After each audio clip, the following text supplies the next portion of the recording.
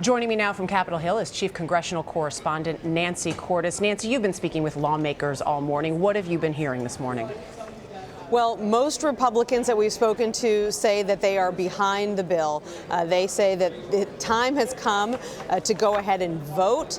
This has been touch and go for such a long time, Dana. They're about to leave on a one-week recess. They know that things won't be better the longer that they wait. And so while, as you point out, it's close, while many members will freely admit they haven't been able to really read and digest some of the late additions to the bill, they're going to go ahead and vote anyway. And the expectation is that it will be changed when it is in the Senate. And now you see the Speaker of the House, Paul Ryan, heading to the House floor because this vote is expected to get underway shortly. We've also seen the White House Chief of Staff, Reince Priebus, arrive here on Capitol Hill and head into the office of the Majority Whip.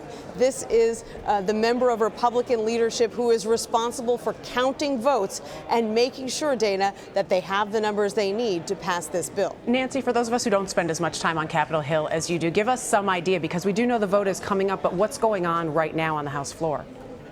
Well, right now you've had members of the House, both Republicans and Democrats, taking turns talking about the bill. They've been debating it. And as you can imagine, it has been impassioned. You had Democrat after Democrat coming forward and saying this bill will be disastrous for people with pre-existing conditions. It will be disastrous for people who are older or low income or sicker. And Republicans then coming up and saying that Democrats are fear-mongering, that all they're doing is giving Americans choices, that the policies that they've written into this bill will bring premiums down for the vast majority of Americans. So two very, very different viewpoints, complicated by the fact that we don't have a lot of details about how this latest iteration of the bill will impact people with pre-existing conditions or people, frankly, who just get their insurance on the individual market.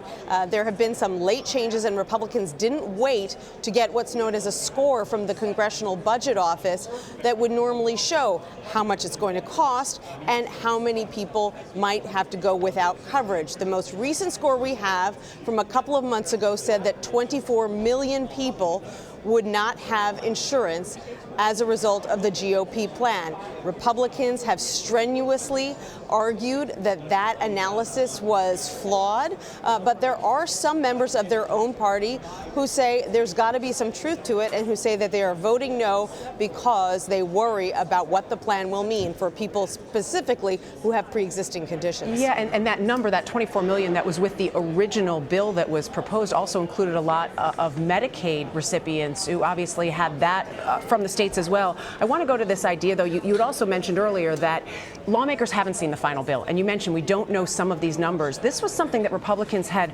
really strongly spoken out about when this was Obamacare trying to be passed, that we need to know these numbers. Have they explained the change of heart in this case and why they say it's okay to move forward at this point and they will vote on this and vote yes despite not knowing those numbers? They argue that the underlying bill has been out there for quite some time, that this is the first version of Obamacare that you'll recall the House tried to vote on about a month and a half ago, but Republicans didn't have the vote, so they had to pull it.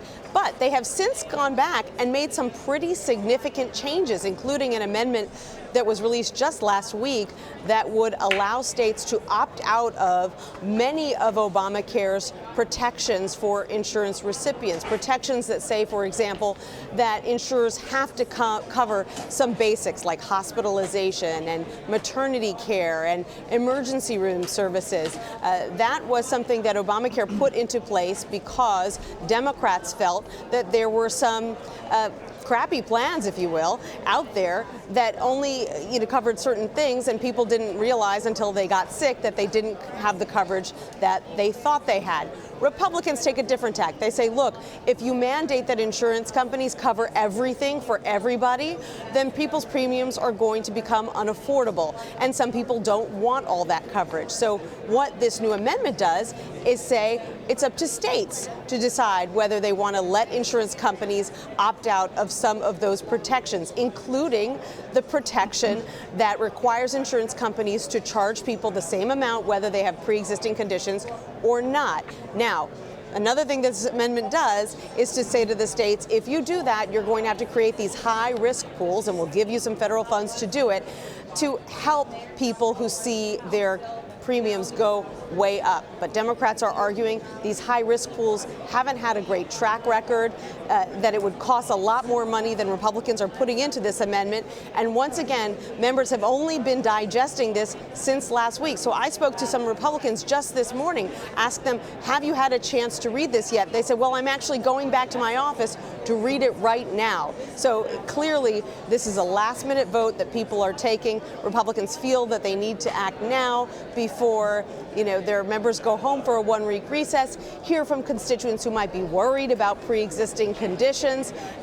Anytime you let people scatter to the winds, there's always a risk that when they come back, they might feel very differently about the legislation. Yeah, and with those high-risk pools, when you mentioned, I've heard Maine referenced quite often, that it's worked in Maine, but Maine also had a tax that they added on in order to try to offset the cost for some of the people there.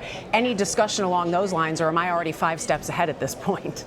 No, this is exactly the conversation that's taking place. You can always point to states that have had success with high-risk pools, and you can point to states where those high-risk pools have collapsed, or high-risk pools that may have worked well, but just for a small segment of the population, right. Maybe 1,000 people.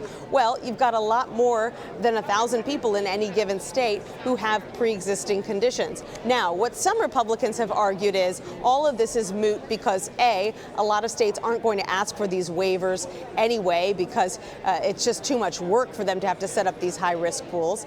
And also, they argue this bill is going to be changed in the Senate anyway. So let's just get something to the Senate that they can then fix and send back to us.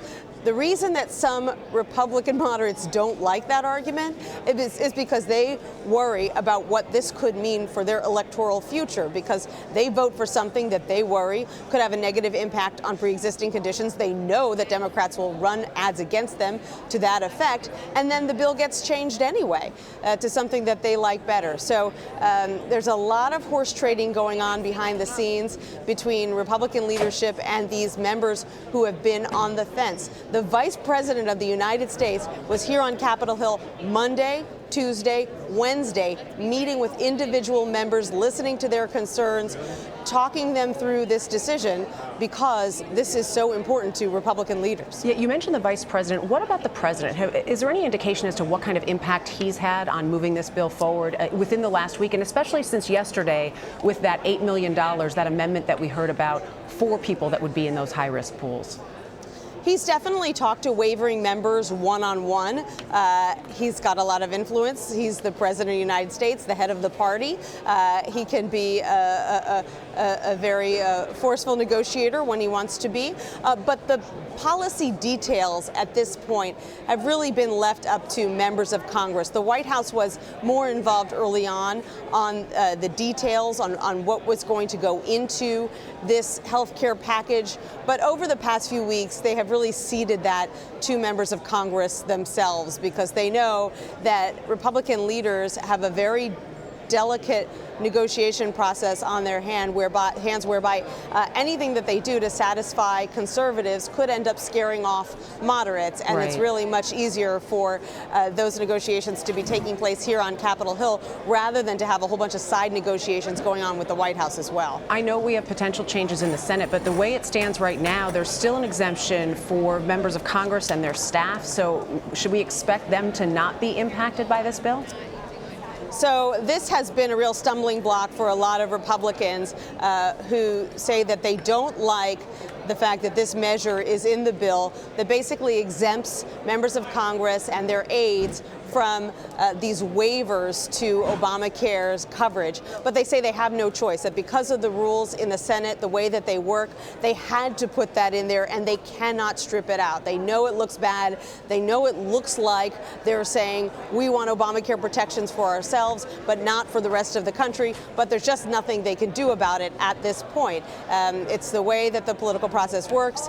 They are going to try, they say, to pass a bill alongside of the major bill that would strip that out and subject members of Congress to the same decisions made by states that their constituents will have to live by. But that does add another wrinkle to an already very complicated and contentious process. And as you said, Nancy, obviously this goes to the Senate next. Do we have any indication on where we may see the biggest changes, if any, in the Senate and what that battle might be like? Frankly, I think that you could see a lot of these changes to Obamacare's essential benefits coverage and the pre-existing conditions. I think you could see that scrapped right away. A lot of Senate Republicans have been very leery of these last-minute changes by House Republicans and pretty leery of the process overall here in the House. But that then sets up another problem, Dana, is that those changes were what brought conservatives in the House on board in the first place. If you strip them right back out, who's to guarantee that when the Senate does finish with its bill, if it does, and sends it back over to the House, you'll have enough votes for it if Freedom Caucus members say, well, we liked the bill the first time, but now you've made all these changes, you've made it less conservative, I'm no longer a yes. So you can see how many steps along the journey there are left with this bill and how many ways it could still get derailed. So if this passes today, as it is expected to, and goes to the Senate, what about those House Democrats? What do they do from here? Is there any way for them to use this at this point? Well, they're already warning Republicans that this vote will hang around their necks forever, that they are making a bad decision out of political expediency that they will come to regret. In fact, there has been a rally taking place outside the Capitol where you've seen a number of Democratic leaders alongside some demonstrators chanting shame, chanting read the bill, and they're arguing that what this plan does is take America back to the Wild West days when states had a lot more control over health care benefits and weren't doing a very good job of getting people insured. Whether this will turn out to be a big political albatross for the Republican Party remains to be seen. 2018 is a long way off, but there does seem to be a consensus among healthcare experts on both the right and the left that the plan as it stands right now might save some money for people who are younger, who are healthier, who have higher incomes, but could also end up leading to higher costs for people who are older, sicker, and have lower incomes. Possibly shifting the burden. Nancy Cordes with a lot of information from Capitol Hill. We appreciate it. Thanks, Nancy. You're welcome.